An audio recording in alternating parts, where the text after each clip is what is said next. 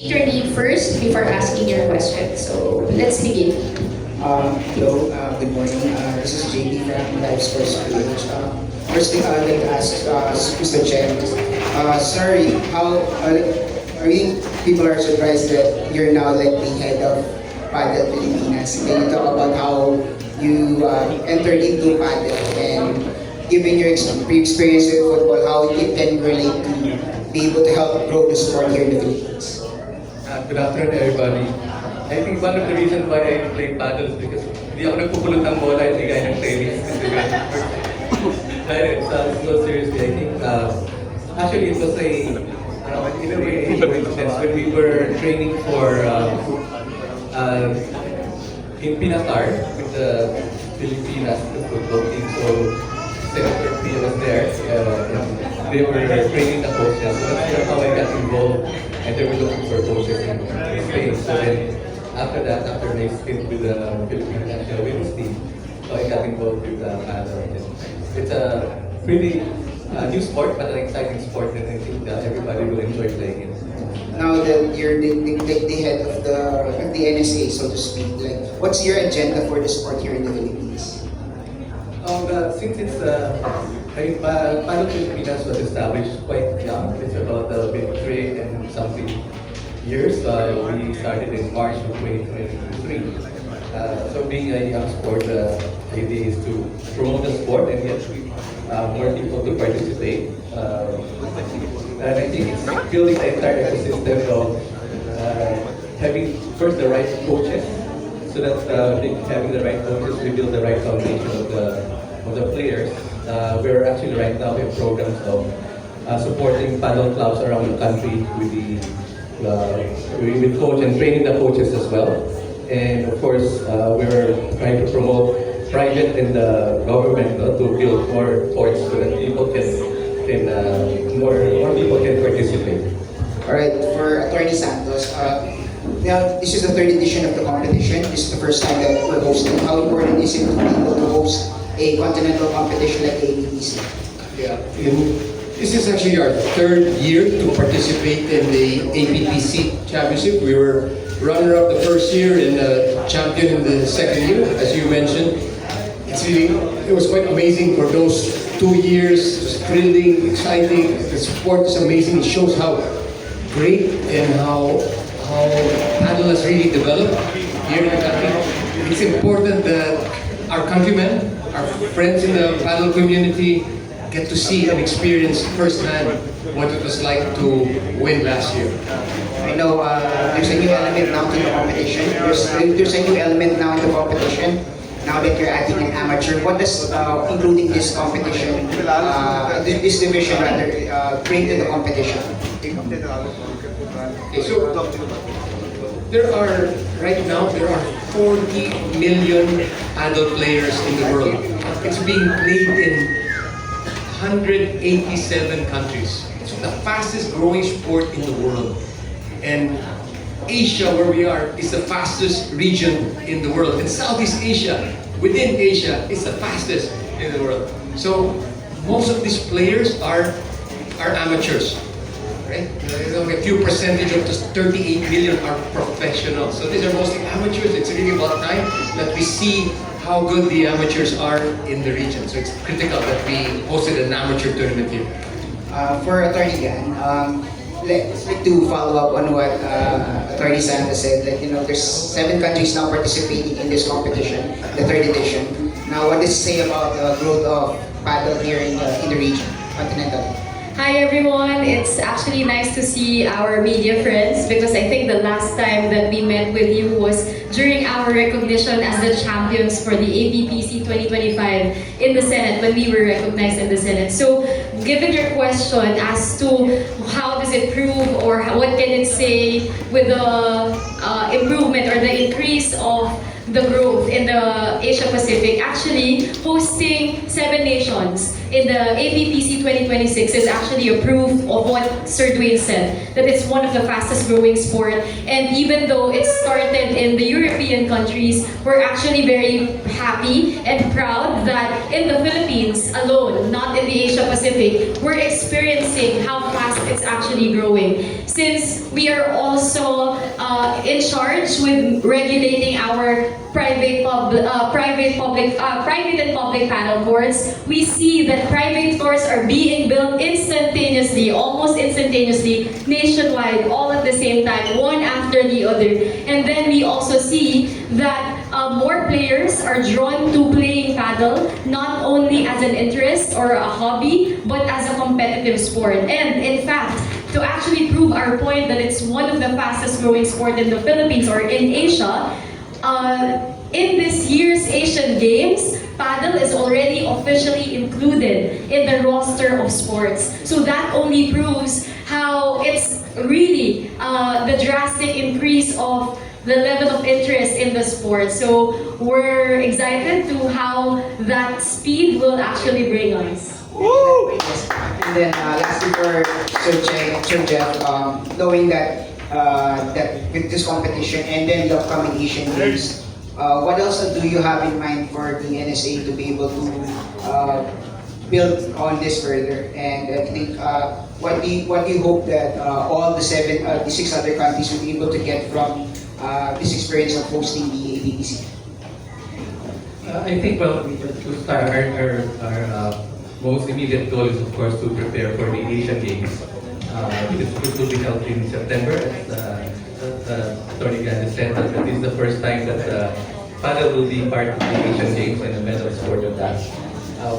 And now, viewing from our tournament here, I think what we wanted is really for our guests and our players to come here and experience the world-renowned Filipino hospitality, to be able to bring home this memorable experience of how warmly they're welcomed, how professional the tournament is run, and also like when in all the friendly competition that this tournament will bring. So hopefully they can bring that back to their family and friends, and next time they can come back for either tournaments or just be a visitor and enjoy our pristine beaches, explore the country, and connect with its people.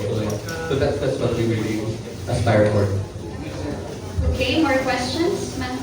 Hi, sirs and ma'am. Paige Javier of ABS. My question is for Coach Brian. First of all, congrats on the dominant run last year. I guess how has that championship and that run of yours play in your goals for this edition of the tournament? Well, we've been preparing for this like all year round. That's number one. And this year it's gonna be, I would say, it's a little bit pressure because we're playing in our home country. That's number one.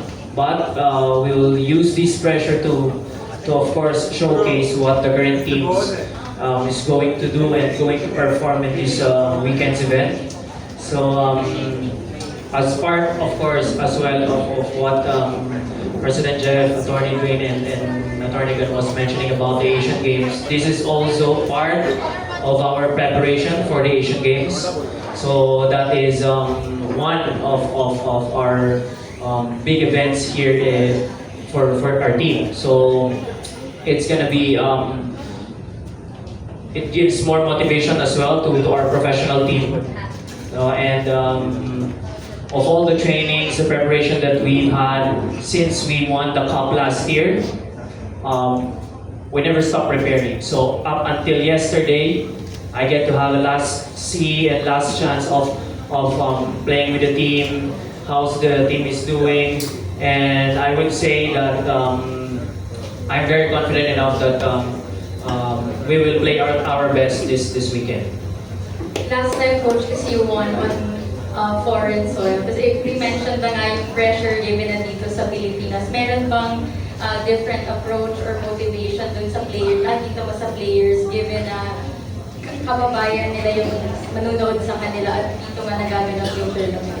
Well, now I just always remind the team to be hungry for more, and at the same time to stay excited because number one, this is our first time to play like in this kind of cup that we're representing our country, and at the same time,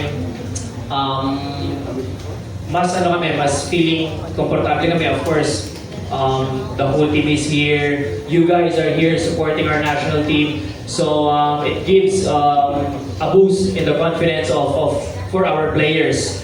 And at the same time, you're gonna see new faces as well in our team. So it's gonna be exciting, and our team is very excited to let our community, to you guys, to everyone, that we have this kind of level existing is here in the country. So yeah. Maybe we can hear from Team Captain Eric also. Same question. Well, for this year, the team really worked hard. I mean, I always tell my team na since last year na, okay, since we were the champions, we cannot relax because most of the countries will improve from last year up to now. So having being the host here is also pressure, and it's also an honor for us to play here because you know, we have our families here watching, all our loved ones, all the support will be here. So it's really exciting for us. At the same time, it's also pressure. But again, like what Coach Brian said, this pressure will motivate us to defend the tournament this year. LA, your team captain of both pro and amateur. Ano na lang siguro yung advice mo for yung amateur players, lalo na first time magkaka-amateur division and sila yung mag-represent yung Well, ang sabi ko sa kanila is to have fun, but also trust the training that we had the past couple of months. And I think the team is very ready. I believe with all their skills, especially how they played the past few months. Kita naman namin na they're giving their best from practice and all the tournaments that they've played. So I really believe that both for pro and for the amateur that we're gonna have a shot this year. Coach Eric, kaya naman yung sa amateur, walang kasing pressure since kay Coach Brian defending champs, kayo first time na magka-amateur division. But ano na lang siguro po yung goal nyo, lalo na first time na ganito and may opportunity yung players to show yung skills nila. Basically po, ang goal lang naman po talaga namin from the start, first is to build a culture of hard work, a culture of trust, tsaka continuous improvement. Kasi most of these players started as recreational players, and now they have the chance na to represent the Philippines on an international stage. So, nakaka-proud lang din na yun nga, nabibigyan natin ng chance yung mga tao or mga players na to compete, even they started from yung recreational stage. So, yeah, goal lang namin is to perform, and yun nga, whatever the result is, I just want the players to compete with pride and yeah, sana makuha natin. A follow-up question? Yeah, good afternoon. Ryan Phoenix, GMA News Online. This is a question for Coach Eric saka si LA. A lot of amateurs, of course, play racket sports in the Philippines, tennis, pickleball. From a player's and a coach's perspective, how difficult or maybe how easy is it to play also paddle? Dun sa may mga tennis or pickleball racket sports in general, I think it's easy to convert to paddles because paddles is very easy to learn. Okay? And it's fun and nakaka-addict siya. Kung tutusin, if you will try. Kasi unlike tennis, for me tennis yung pinaka-mahirap matutunan because it takes years to build the skills because it's more technical. But paddle, hindi naman siya mahirap, but at the same time, it also takes years or months to learn, and it's a team sport, so you have a partner. partner. So playing with different backgrounds of racket sports can really, convert you more into be better player in paddle. Kasi doon yung skills, parehas ng skills. Like in tennis or in pickleball, there's forehand, backhand. Same with paddle. There's volleys, same with paddle. So hindi mahirapan masyado yung mga tao if they will learn paddle.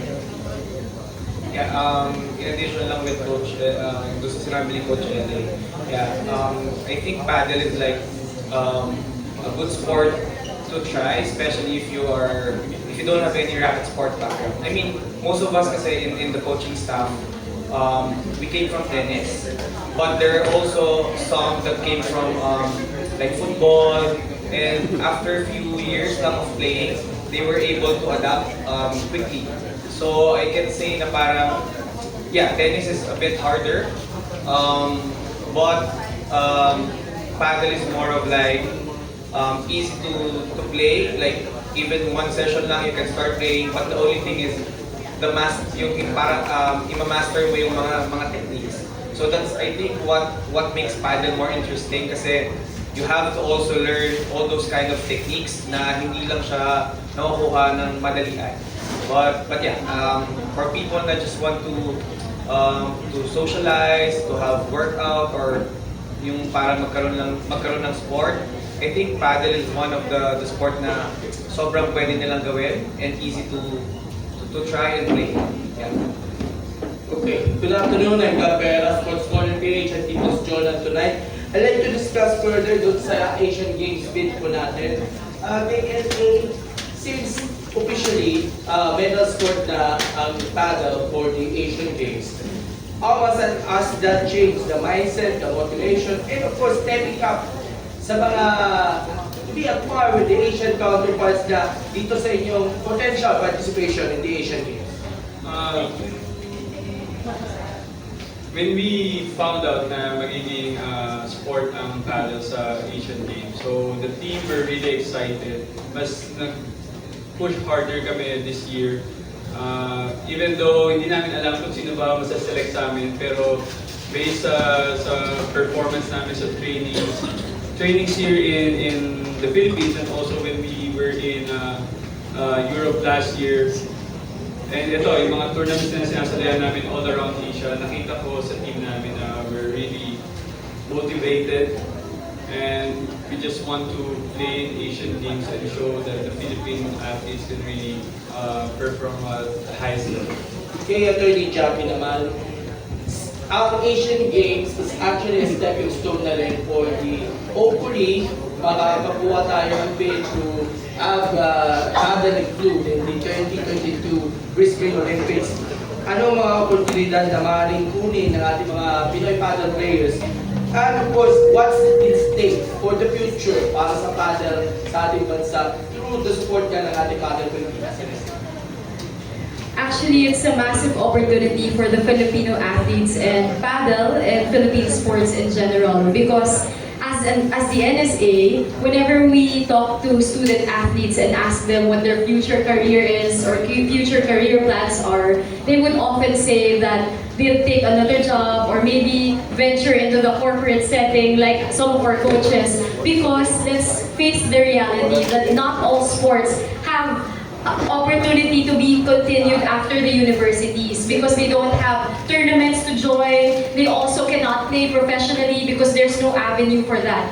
But now that paddle is part of a medal sport in Asian Games, which is an international multi-sports major event, it now gives them hope that they now have a career path that they can pursue, wherein they can continue doing their passion and their love for sport, while at the same time earning professionally, because they can do this as professional players. And at the same time, if they get the opportunity to be part of the national team, they will also be supported by the national government as they represent the country in the international stage. So what an opportunity it is for our Filipino athletes, and we're just so excited because of what we're doing in our grassroots program to see these students eventually transform into our national athletes for paddle to represent the Philippines not only in Asian Games but hopefully next time in the Olympics, the SEA Games and whatsoever. And for the sports in general, like the future of sports in general,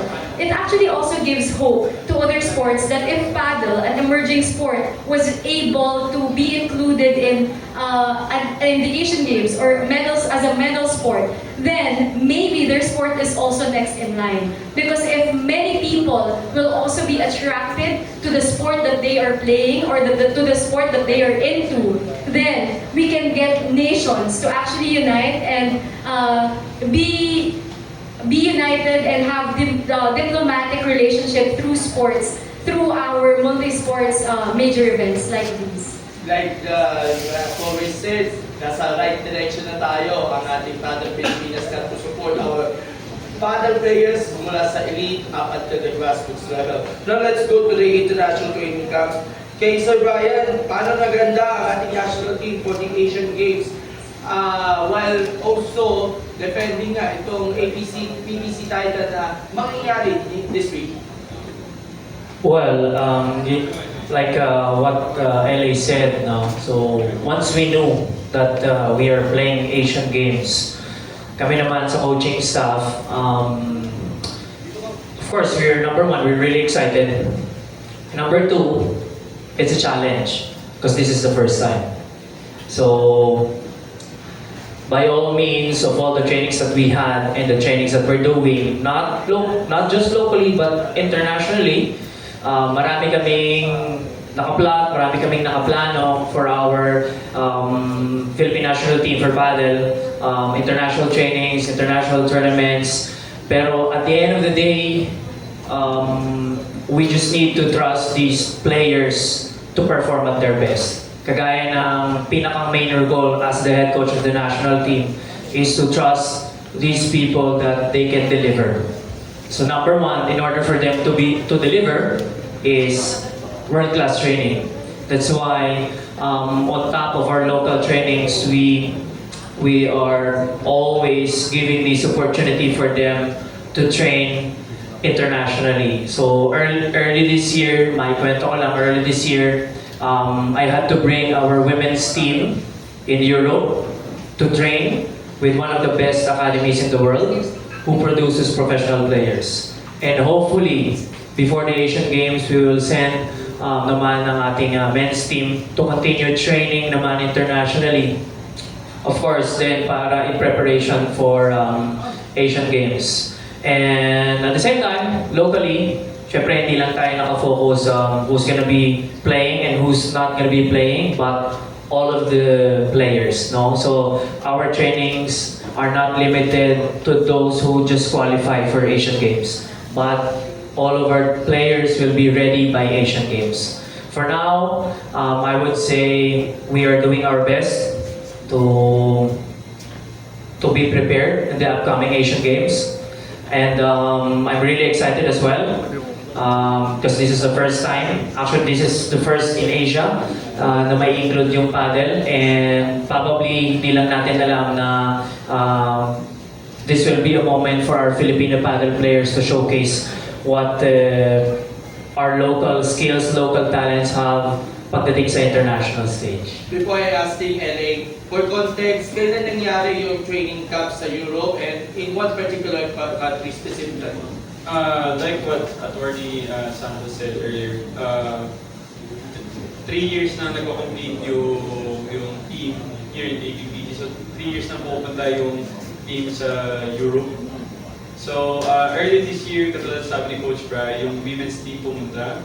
So I think after this ABPC, the whole team will go to Europe para to improve more our skills and para masanay pa kami dun sa highest level kasi dun sa Europe na dun yung pinakamagagaling sa paddle. So kaya tayo pupunta doon para masanay kami at lalo kami maging.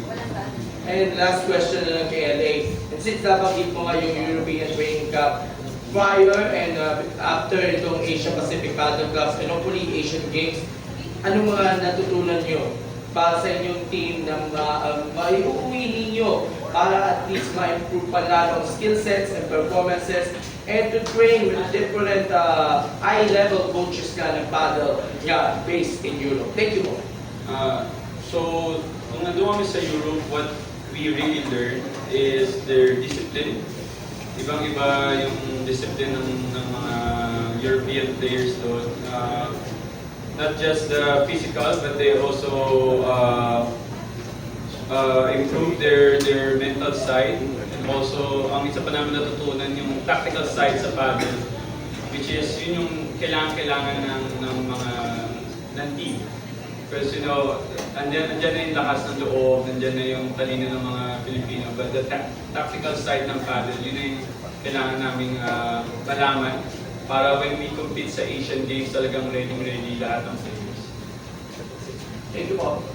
Okay, additional questions? To Attorney Jacqueline Gan. Ma'am, Talisay City of Cebu opened the first padel public work. How is there will be more public padel courts to open back in the country? Yes, we're so happy because we always say that that's our goal, to make the sport accessible to people. That's why our battle cry actually in Paddle Pilipinas is #Paddle para sa lahat. And so one of the ways on how we can bring that to people is building more public paddle courts, such as the one that we have already done in Talisay, Cebu. So right now, we're happy to report to everyone that our courts in Talisay are always fully booked because of the people who are availing it. So what's the difference between a public paddle court and a private paddle court? It's more accessible in such a way that it's cheaper. It's not totally free because there's maintenance expenses or costs that we need to shoulder, but it's a lot cheaper than a usual private paddle court. And so it's now being booked not only by adults but also by students and youth who are into the sport now. So what can we expect? So this year, we have already inspected 3 more public paddle courts wherein the courts are already in place. So nakatayo na po siya, but we will just do some improvement because our coaches, particularly Coach Brian and Coach Mac, went to visit and inspect our courts. So may mga konting improvements lang before we prepare for our opening, and maybe we could also invite you to our opening. So I'll just mention po siguro kung ano-ano yung mga provinces where we have already public courts in place. So we have one in La Union, we also have one in Batangas, and I think the other one is in Leyte or Moc. So, and then, bukod pa po doon, meron din pong mga ongoing discussions with other LGUs na magtatayo rin po ng mga public paddle courts. Players from Talisay Cebu City also won the junior tournaments. How encouraging is it that many young people really That's one of our very, very proud achievements po in Paddle Pilipinas. Our grassroots train program is actually working because the people whom we trained in Talisay, Cebu, the locals, yung mga kabataan po natin sa Cebu, they've won the national tournament that we've also hosted in Paddle Pilipinas. So that only proves that with the right discipline, with the right training, and with the right opportunity, people and the students or the youth can actually be trained into becoming champions. So, excited po kami na mas madami pa pong kabataan yung ma-hook sa sports, lalong-lalo na po with the recent incidents that we are seeing in the news of the different involvements, tragic incidents of the students, no? Ang goal po ng Paddle Pilipinas is for us to give an avenue for students and for the youth to have deviation, diversion po ng kanilang mga emotions through sports para hindi po sila malunod sa kahit anong bisyo. Ang maging bisyo na lang po nila ay sports, which is better because it will improve their health and at the same time, their wellness in totality. So, excited po kami na gamitin yung mga public paddle courts, even our partner private paddle courts for more grassroots program. Okay, any more questions? Hi, good afternoon. Romeo Moran po from the Inquirer. My first question is to Coach Brian. The Philippine team has brought in coaches from Cebu and Bohol. In your own words, can you tell us why it's important to invest in local coaches as well? Well, number one, when we had Padel Pilipinas years before, I personally, advised that we focus on coaches development. And it is one of the key role in order for us to promote the sport. Kumbaga, hindi mag-grow ang sport kung walang mga coaches. Technically, the kids wouldn't learn without a teacher. And a teacher, lagi nga nila sinasabi, it starts from home, with our parents. And outside their homes are these coaches. So, by the time that the coaches from Talisay and some from Negros and Bohol went here, we did an intensive training camp for me as well to share my expertise when it comes to community coaching, and coaches has a role in promoting the sport in the country, especially now that we're talking about the grassroots program. And it's really, really important for us na magkaroon tayo ng mga local coaches because sila ang pinakamalapit na tao na kaya magturo sa ating mga kabataan. Not just the kids, but probably to you guys. Okay, so Padel is for all ages. So isa yan sa mga nag-drive sa Padel Pilipinas to train more local coaches kasi isa ito sa mga iniyayabang namin na we can produce good local coaches and future professional coaches. And at the same time, if we have produced local coaches and future coaches, we will produce new talents, professional players from all levels, from beginner to amateur to elite. We can do that. So that's why Coaches Develop is one of our priorities in Padel Pilipinas. Thank you so much, Coach. My next question is for Attorney Jackie. Beyond our historic hosting of APPC here in Manila, what other exciting events and programs can the local community look forward to this year and maybe beyond? Yeah, so we stick to our core pillars, the core pillars of Padel Pilipinas, such as the first one is our nationwide grassroots program. So expect more grassroots program that we are doing, sports clinic in different cities, municipalities all over the country. So we will be pushing through with that. The second one is, of course, the development of our national team. We'll be sending them, as mentioned by Coach Brian and Coach LA, will be sending them to Europe for training in Asia and at the same time locally so that they can improve their skills more. And for our community building, wherein we will be hosting more tournaments, local and international, so that we can build community through paddle. And the last one is sports tourism, like this one.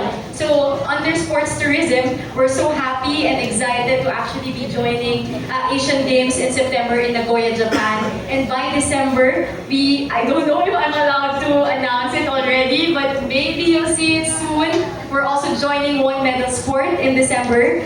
And in Riyadh, Saudi Arabia. So go just research where that would be and what event would that be, because I'm not so sure if I can already announce that. And we are so excited because the next years we're also included as a medal sport in different multi-sport major events. So stay in tune for that. So those are the things that you can expect from the team and from the federation.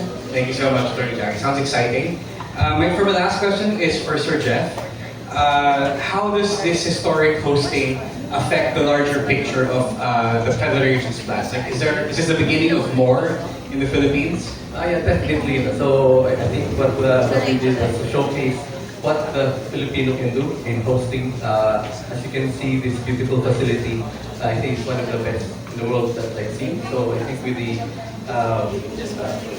the tournament here, with the participation of different international countries, you'll see that we can run it professionally. So we would actually plan to have host more tournaments here. Like Attorney Jackie has said, that it's more for sports tourism as well, and promoting the country, not just the sport, but overall the Philippines itself, which will help also the economy and tourism overall. Of course, I think with with the different paddle clubs sprouting around the country. That's very important because I think competition will definitely be a catalyst in developing the sport in quickest possible time. Yeah, so we'll just keep on doing what we're doing, and again, thank you for everyone's support, and of course from the team, and good luck with the tournament. Last question, sir? Just wanted to ask Mr. Jeff, and I'm putting you on the spot. People know you from your involvements sa Pilipinas. So can Filipino fans, and specifically paddle Philippines fans, expect the same level of commitment that you gave in the Pilipinas? Yes, so definitely, I think, I mean, in the sport may be different now, but I think my commitment to helping the athletes, our Filipino athletes, do their best, and our Filipino teams compete at their best level in international competition. The fire is still there, and I think that's basically what's driving me in involving myself in Paddle Pilipinas. Okay. Final question. Good afternoon. Danny Simon from Tonight Police Time. Sa mga coaches, what's your basis of selecting the cream of the crop of national team who will compete in the APPC? Well, number one, of course, is their performance. No? So because most of the coaches in our team knows a lot of all the players that we have. So it is one of our main basis of selecting who's going to be part and who's not going to be part of the team. And at the same time, the tournaments, it's an important part of the basis as well. How they perform in the tournaments. Are they winning? Are they losing? Are they competing against their partner or not? So it's more of it's part of our strategy as well to see how well our players can adapt us at a certain scenario, and at the same time who works with who. So if the team dynamics works, then it will work. But una pa lang, sabi ko nga with our team, una pa lang ninyong sumalang sa laro, we already know that if you're working or not. There are good coaches that just uses their eyes. Sometimes the way you approach the match mentally and physically, the preparation mentally and the preparation physically. So those are the key things that we look into bringing the national team. Last question, Tony Jackie. Ang location ng venue ng APPC ay sadyain. So how can we lure the crowd to come to the venue to cheer for the Philippine team? Actually, we would like to thank you for that question because that gives me an opportunity to thank our major sponsor, Play Paddle, McKinley, for actually hosting APPC 2026. And it's actually, if you go to Metro Manila, this is one of the best, if not the best, club wherein we can host this with our 6 courts totally up and going so that we can use it. And you can easily search it. Napakadali pong puntahan. Search it sa Waze po. You can book Grab. Just type Play Paddle McKinley West and you'll arrive right at the doorstep. And we would like to take this opportunity also to invite everyone who's watching us, whether it's a live feed on your phones, to come and visit Play Paddle McKinley West this weekend. It's free entrance, and not only that, with the free entrance, you get actually free vouchers to avail of our McKinley Whiskey Park. So there are drinks, food for everyone, and we also have prepared some entertainment for you while you are here. So while watching the games, while enjoying the competition, you'll also be enjoying the amenities and the services that we have prepared for all of you. And I think that wraps up our press conference for this part of the program.